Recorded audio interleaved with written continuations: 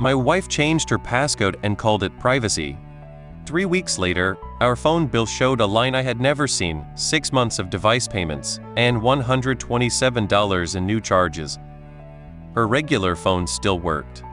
I suspended the unknown line and waited to see who panicked. This original story was written for confession mode. 9 minutes later, Laura called me from the parking lot outside her office. "Did you change something on the mobile account?" She did not ask whether there was a problem. She did not ask whether our payment had failed. She asked what I had changed. "I suspended a line I don't recognize," I said. Ending in 7331. There was a pause, then the sound of a car door shutting. "That's my work line.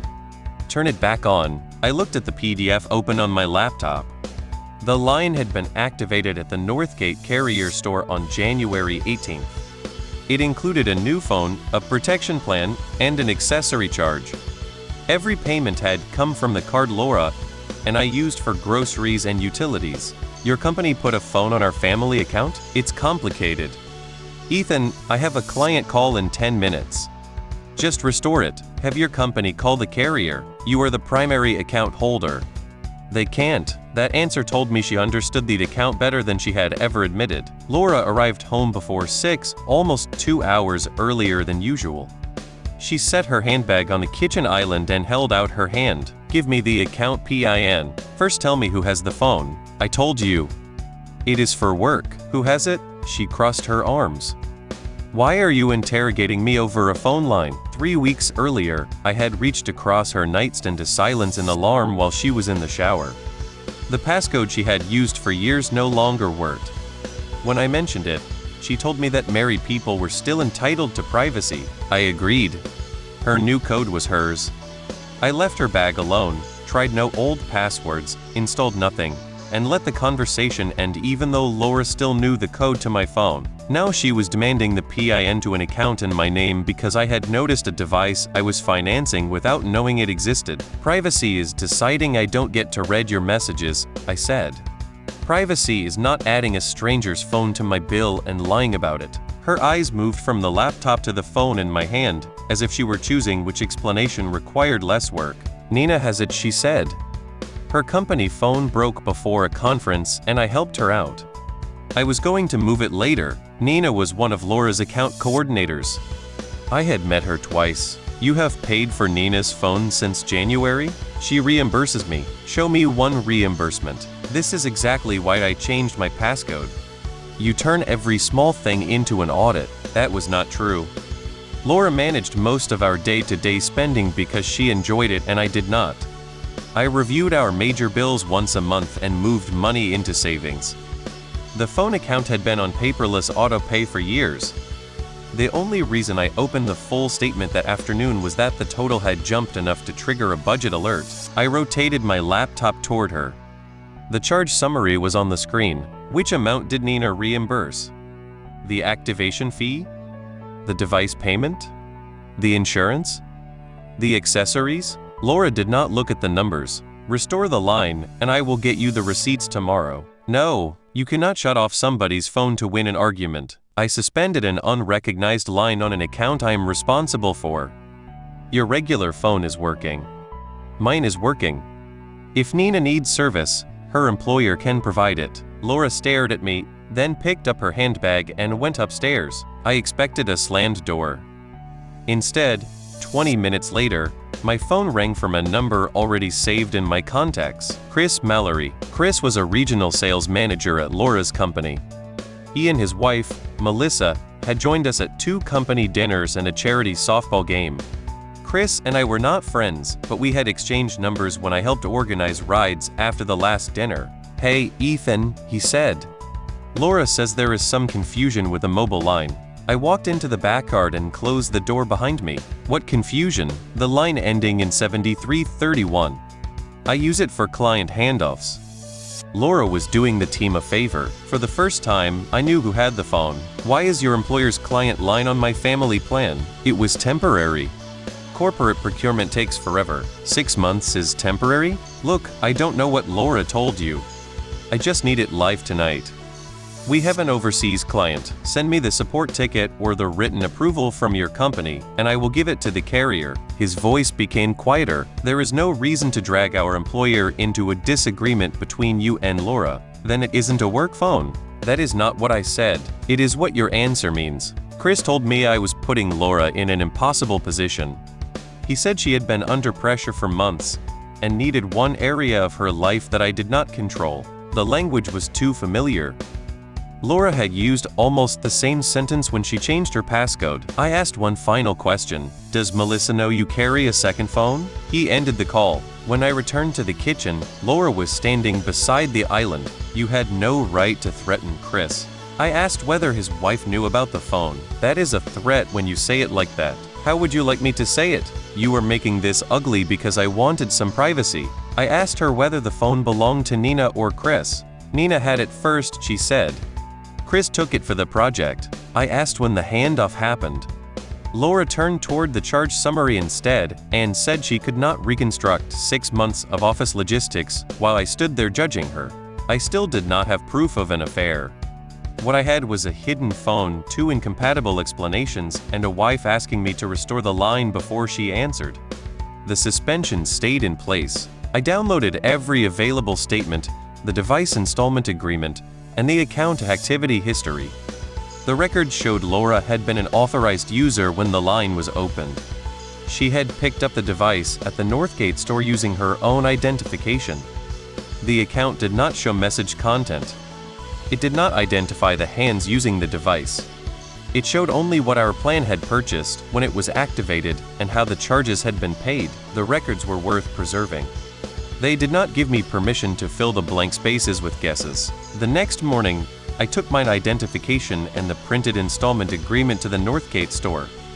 I slid the pages across the counter and asked the employee to explain what the account established and what it did not. He confirmed that line 7331 was an ordinary consumer line on my family plan. It was not attached to a business account, employer reimbursement program, or corporate service contract. The activation record named Laura as the authorized user who completed the pickup. The store could not tell me who currently carried the phone or what anyone did with it. Could this have started as a temporary loaner for an employee? I asked. "The account does not record a purpose," he said. "It records that your plan bought the device and remains responsible for the balance." That distinction mattered. The employee did not disprove every version of Laura's story. He removed the part where an unnamed company somehow owned a phone financed under my name. I asked what suspension changed. He explained that it stopped cellular service, but did not erase the device, cancel the installment, or prevent someone from using the handset over wireless internet. He also explained the process for transferring a line and its balance to another responsible account holder. I requested a copy of the transaction summary and added an account note requiring my identification for new purchases. Then I left without asking for anything beyond the records available to me. I changed the account PIN and removed Laura's authority to add devices or services. I left her known line active.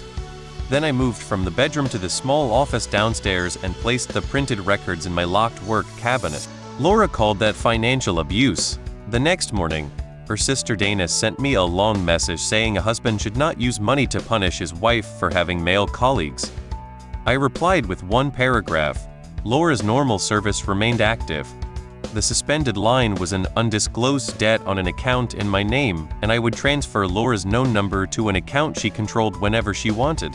Dana did not answer the facts. She said my tone proved Laura had been right to hide things from me. Her answer exposed the argument Laura planned to make. The hidden line would disappear from the center of the story. My reaction to finding it would take its place. Our friend Marcus called that evening with a softer version of the same argument.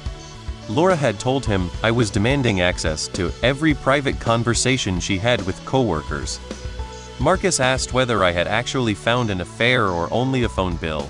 "Only the bill," I said. "That is why I have not called it an affair." I told him the line number, the activation date, the device balance, and the 3 explanations Laura had given so far. I also told him her normal phone had never stopped working. Marcus was quiet for a moment. "Then this is not about her passcode," he said. "No, What do you want me to do? Nothing. I don't need a jury. If she asks you to carry messages, please stay out of it. That call cost me the quick relief of having a friend take my side publicly. It also kept the situation from becoming a group vote where the best storyteller won, so I stopped arguing by text. At lunch, I met a family law attorney named Priya Shah. I brought the statements and told her exactly what I knew and what I only suspected. Do not guess her passcode, Priya said. Do not access her messages, put a tracker on anything, or pretend you know who she is sleeping with. Preserve the records you are authorized to see.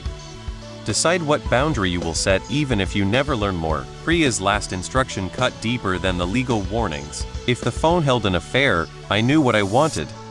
If it held office gossip, a secret gift, or some other humiliating explanation, I still had a wife who had placed a hidden device on our plan and produced 3 stories after I found it. The betrayal already existed. The category was still unanswered. Priya explained how to separate future income without emptying joint accounts. That afternoon, I opened a checking account in my name and redirected my next paycheck. I left the existing savings untouched. I made a written list of the mortgage, utilities, insurance, and groceries I would continue paying while we decided whether to separate. I sent Laura the list before she came home. She walked into the office holding her phone. You opened a secret bank account. An account you know about is not secret. My future pay goes there. The joint balance has not moved. Household bills are covered. You talked to a lawyer. Yes. Over a phone line? Over 6 months of lies. Laura sat across from me and changed her story again. The device was not for clients. Chris had been preparing a complaint about their division director, and he was afraid the company monitored his regular phone. Laura said she opened a private line so he could collect information safely. Then why did you tell me Nina had it? Because you were angry and I knew how it would look. Why did Chris call it a client handoff line? Because he panicked. Why are we paying for a whistleblower phone instead of Chris? Because he could not let Melissa see it. She stopped there. I waited. Melissa is friends with the director's wife, Laura said. He couldn't risk it. It was a complete story with motives for everybody. It was also impossible to verify without involving the employer. Laura had insisted I keep out of it. I told her the line would remain suspended. If Chris needed to preserve evidence, he could keep the device offline and speak to an attorney. If he needed service, he could buy his own plan. Laura started crying. Humiliation, Chris's anger, and the collapse of the team she had spent years building came out in one rush.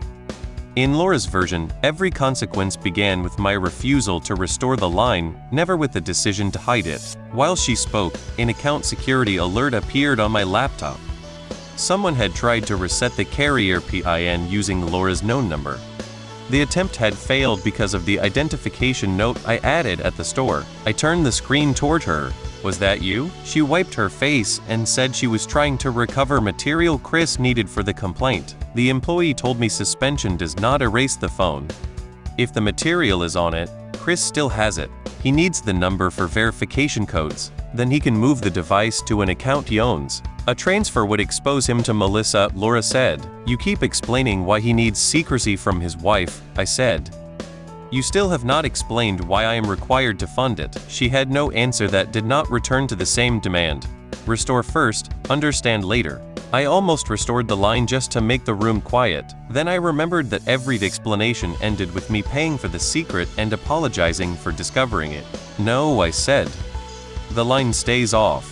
Laura slept in the bedroom with the door locked. I slept in the office. The following evening, Melissa called me. Her voice shook so badly that I asked whether she was safe. Chris is not here, she said. I found a phone in his work bag. Did you turn it off yesterday? I sat down. Melissa and I had not spoken since the charity game. She said Chris had come home angry the night before, packed a small overnight bag, and told her he needed space because a coworker's jealous husband was sabotaging a major account. That afternoon, the alarm on a phone inside his work bag started ringing. The bag was on a chair in their shared bedroom. Melissa opened it to stop the sound and found a second handset inside its original carrier box. She did not know the passcode. She did not need it to see the notification preview on the locked screen. The message was from Laura B. It said, "Ethan found the bill." Don't use your main phone. Melissa photographed the screen as she found it. Then she photographed the label on the box. There is a number and a long device code, she said. Can you tell me if it matches? I asked her not to send me anything until she had saved copies for herself and decided whether she wanted legal advice. She said she already had. Her sister was with her and an attorney had told her to document the device without trying to unlock it. When the photographs arrived, the phone number ended in 7331. The device identifier on the box matched the installment agreement on my carrier account. The photographs collapsed every earlier explanation at once. The number belonged to the device in Chris's bag, and my wife was warning him how to keep using it after I found the bill. They could not reveal months of conversations. They established the purchase, possession, warning, and coordinated lies around the phone. Melissa asked whether I wanted her to bring it to my house. No, I said. Keep what you found where your lawyer tells you to keep it. It is not my phone just because I am paying the bill. She gave a short, bitter laugh. That might be the strangest sentence anyone has ever said to me. Before we ended the call, Melissa told me one more thing.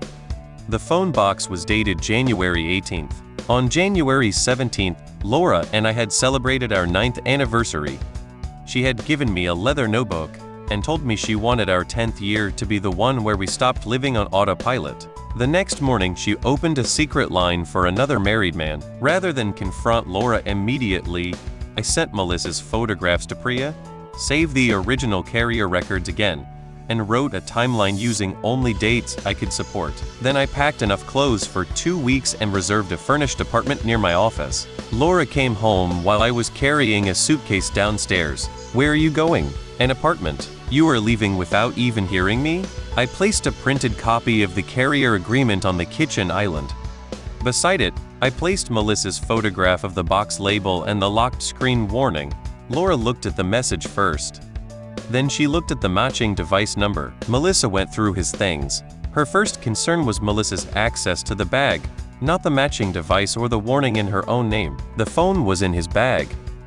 The box matches our account. Your name is on the warning. You do not understand the context. Then give me the context. Laura described Chris as emotionally dependent and unhappy for years.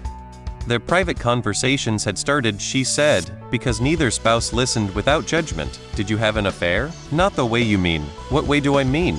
We were close. We crossed some boundaries. Which boundaries? She stared at the suitcase and asked whether my lawyer had told me to interrogate her. I said no. My lawyer had told me to set a boundary even if I never learned everything. Here is mine.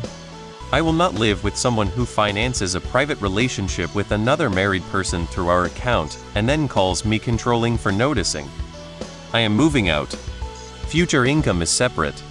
We can discuss the house and shared expenses through counsel. Laura reached for the installment agreement. At least turn the line back on so we can get what we need from it. Who is we? She withdrew her hand. I left the line suspended and walked out with the suitcase. The apartment had one chair, a folding table, and a mattress that sounded like paper when I moved. That first night, I kept waking because the room was too quiet.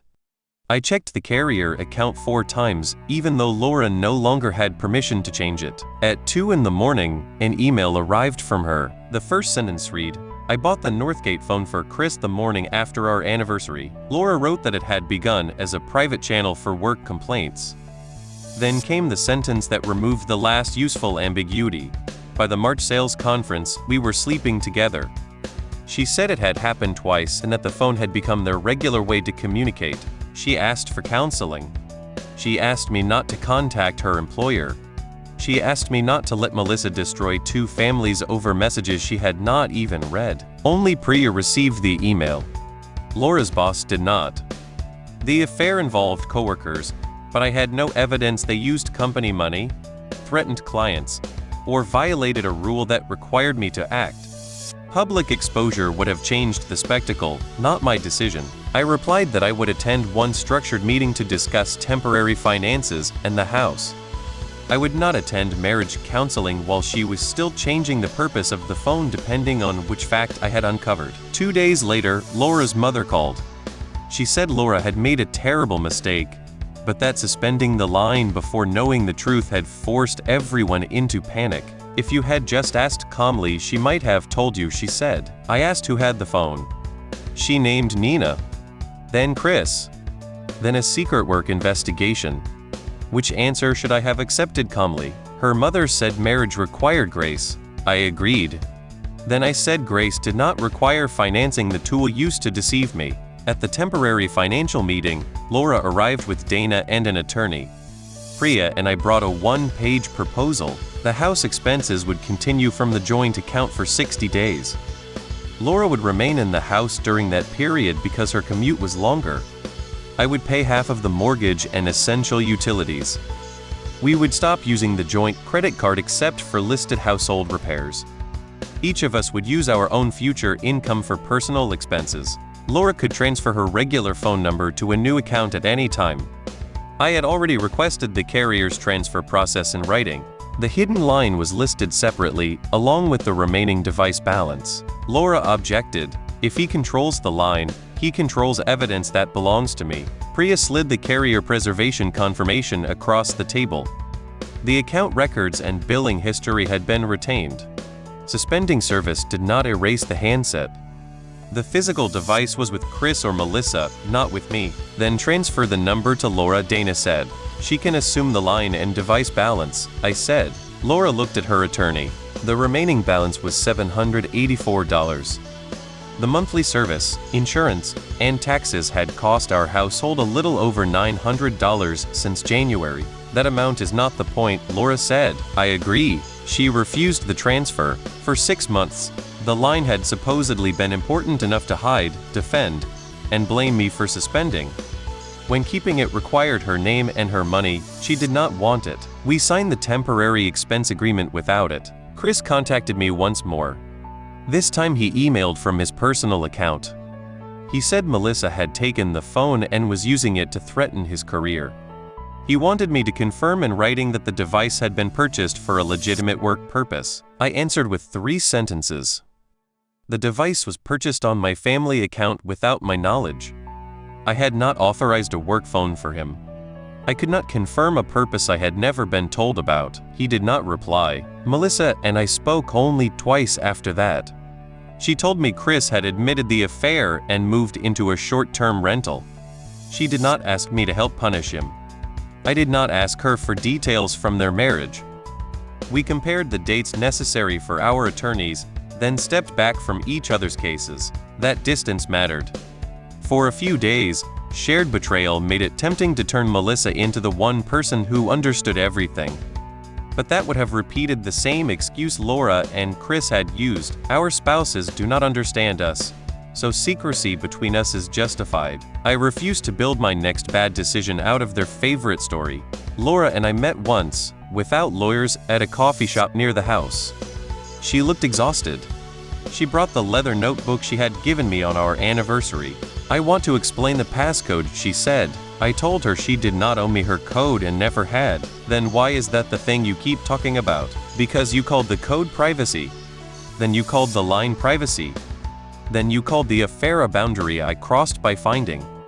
You kept changing what privacy meant until it covered anything you did not want me to know. Laura said she had felt watched in our marriage even before Chris. I asked for an example. She mentioned the monthly budget review. She mentioned that I asked what time she would be home when we planned dinner. She mentioned the afternoon I asked why our car insurance had increased. Maybe those questions had made her feel watched.